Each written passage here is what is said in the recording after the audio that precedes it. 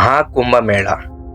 ಇತ್ತೀಚಿನ ದಿನಗಳಲ್ಲಿ ಮಹಾಕುಂಭ ಮೇಳದ ಬಗ್ಗೆ ನೀವೆಲ್ಲ ಕೇಳಿರ್ತೀರ, ಟಿವಿ ಚಾನಲ್ಗಳಲ್ಲಿ, ಸೋಷಿಯಲ್ ಮೀಡಿಯಾಗಳಲ್ಲಿ ನೋಡಿರ್ತೀರ. ಯಾಕೆ ಈ ಮಹಾಕುಂಭ ಮೇಳನ ಲಕ್ಷಾಂತರ ಕೋಟ್ಯಾಂತರ ಭಕ್ತಾದಿಗಳು 45 ದಿನಗಳ ಕಾಲ ಇಷ್ಟು ವಿಜೃಂಭಣೆಯಿಂದ ಆಚರಿಸಲಾಗುತ್ತೆ ಅಂತ ಗೊತ್ತಾ? ಬನ್ನಿ, ಮಹಾಕುಂಭ ಮೇಳನ ವಿಶೇಷತೆ ಏನು, ಆಚಾರ ವಿಚಾರಗಳೇನು, ಅದರ ಇತಿಹಾಸ ತಿಳಿಯೋಣ. ಮಹಾಕುಂಭ ಮೇಳ. ಮಹಾ ಎಂದರೆ ದೊಡ್ಡದು ಅಥವಾ ಅನೇಕ ಎಂದರ್ಥ. ಕುಂಭ ಎಂದರೆ ಕೂಡು ಎಂದರ್ಥ. ಮೇಳ ಅಂತ ಅಂದ್ರೆ ಹಬ್ಬ ಅಂತ. ಆಗಾಗುಳ್ಳ ದೊಡ್ಡ ತೆರುಳಿಯ ಅಮೃತ ಕುಡಿಯುವುದಕ್ಕಾಗಿ ಬೇಕಾದ ಗಂಗಾ ದರ್ಶನಕ್ಕಾಗಿ ಮಹಾಕುಂಭ ನಡೆಯುತ್ತೆ ಎಂಬುದು ನಂಬಿಕೆ. ನಿಮ್ಗೆಲ್ಲ ಅನ್ಸ್ಬೋದು ಇವಾಗ, ಈ ಮಹಾಕುಂಭ ಯಾಕೆ ತುಂಬಾ ಸ್ಪೆಷಲ್ಲು, ಬೇರೆ ಈ ಆಚರಣೆಗಳು ಆಚರಿಸೋದೇ ಇಲ್ವಾ ಅಂತ ಅನ್ನಕ್ಕೆ ನಿಮ್ಮ ಪ್ರಶ್ನೆಗೆ ಉತ್ತರ ಇಲ್ಲ. ಯಾಕಂದ್ರೆ ಈ ಮಹಾಕುಂಭ ಮೇಳ ತುಂಬಾ ರೇರಲ್ಲೇ ರೇರೆಸ್ಟ್. ಇದು ಪ್ರತಿ 144 ವರ್ಷಕ್ಕೊಮ್ಮೆ ಮಾತ್ರ ನಡೆಯುವುದು. ಆಬ್ವಿಯಸ್ಲಿ 144 ವರ್ಷ ಅಂದರೆ ಮುಂಚೆ ನಾವೆಲ್ಲ ಹುಟ್ಟೇ ಇರಲಿಲ್ಲ. ಆದರೆ ಈಗಿನ ಮಹಾಕುಂಭ ಮೇಳ ಅಂದರೆ ಈಗ ನಾವು ಪ್ರೆಸೆಂಟಲ್ಲಿ ಇದ್ದೀವಿ. ಸೊ ಅದು ನಮ್ಮ ಪುಣ್ಯನೋ ನಮ್ಮ ಅದೃಷ್ಟನೋ ಗೊತ್ತಿಲ್ಲ. ಆದರೆ ಈ ಮಹಾಕುಂಭ ಮೇಳನ ನಾವು ನೋಡ್ತಿದ್ದೀವಿ, ಅದರಲ್ಲಿ ಭಾಗ ಆಗ್ತಿದ್ದೀವಿ ಅನ್ನೋದೇ ನಮ್ಮ ಹೆಮ್ಮೆ. ಮೇಳದಲ್ಲಿ 3 ವಿಧ: ಅರ್ಧ ಕುಂಭಮೇಳ, ಪೂರ್ಣ ಕುಂಭಮೇಳ, ಮಹಾಕುಂಭ ಮೇಳ. ಅರ್ಧ ಕುಂಭಮೇಳ 6 ವರ್ಷಕ್ಕೊಂದ್ಸಲ, ಪೂರ್ಣ ಕುಂಭಮೇಳ 12 ವರ್ಷಕ್ಕೊಂದ್ಸಲ, ಮಹಾಕುಂಭ ಮೇಳ 144 ವರ್ಷಕ್ಕೊಂದ್ಸಲ. ಈ ಕುಂಭಮೇಳಗಳು ಕಂಡುಬರೋದು ಹರಿದ್ವಾರ್, ಪ್ರಯಾಗ್ರಾಜ್, ಉಜ್ಜೈನ್ ಹಾಗೂ ನಾಸಿಕ್ನಲ್ಲಿ ಮಾತ್ರ.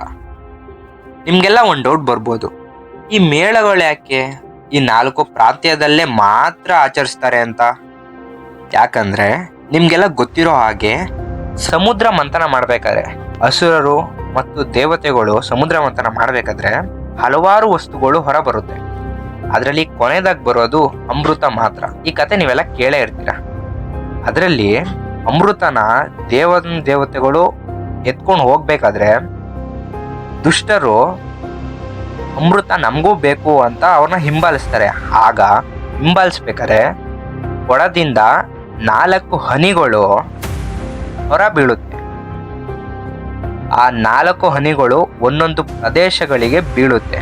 ಆ ಪ್ರದೇಶಗಳೇ ಹರಿದ್ವಾರ್, ಪ್ರಯಾಗ್ರಾಜ್, ಉಜ್ಜೈನ್ ಮತ್ತು ನಾಸಿಕ್. ಅದಕ್ಕೇನೆ ಈ 4 ಪ್ರದೇಶಗಳಲ್ಲಿ ಕುಂಭಮೇಳನ ಆಚರಿಸುತ್ತಾರೆ. ಮಹಾಕುಂಭ ಮೇಳ ಸರಿಸುಮಾರು 45 ದಿನಗಳ ಕಾಲ, ಅಂದರೆ ಜನವರಿ 13ರಿಂದ ಫೆಬ್ರವರಿ 26ರವರೆಗೆ ಈ ಒಂದು ಮೇಳ ಇರುತ್ತೆ. ಇಲ್ಲಿಗೆ ಬರೋ ಯಾತ್ರಿಕರು, ಭಕ್ತಾದಿಗಳ ಹಾಗೆ ಯೋಗಿಗಳು, ಸಾಧು ಸಂತರು ಸಹ ಬರ್ತಾರೆ. ಇದರಿಂದ ಅಲ್ಲಿಗೆ ಬರುವ ಭಕ್ತಾದಿಗಳಿಗೆ ಗುಪ್ತ ಜ್ಞಾನ ಅಂದರೆ ಯೋಗಿಗಳ ಅನುಭವ ಹಾಗೂ ಧಾರ್ಮಿಕ ಜ್ಞಾನ ಭಕ್ತಾದಿಗಳ ಜೊತೆ ಹಂಚಿಕೊಳ್ತಾರೆ.